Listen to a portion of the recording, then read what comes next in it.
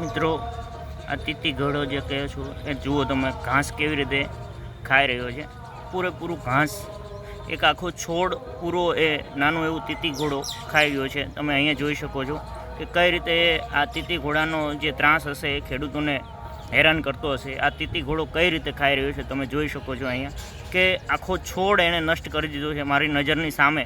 અને આ મેં વિડીયો ઉતારું છું એ તો બહુ નાનો એવો છે, પણ એમણે આખો છોડ કઈ રીતે નષ્ટ, એની દાંડી સાથે, એના પ્રકાંડ જે કહી શકીએ આપણે, એની સાથે પાન સાથે બધું જ આખો છોડ એ ખાઈ ગયો છે. અહીંયા તમે જોઈ શકો છો એ કઈ રીતે ઘાસ ખાઈ રહ્યો છે. આખો છોડ, ખેડૂતો જે મહેનત કરતા હોય અને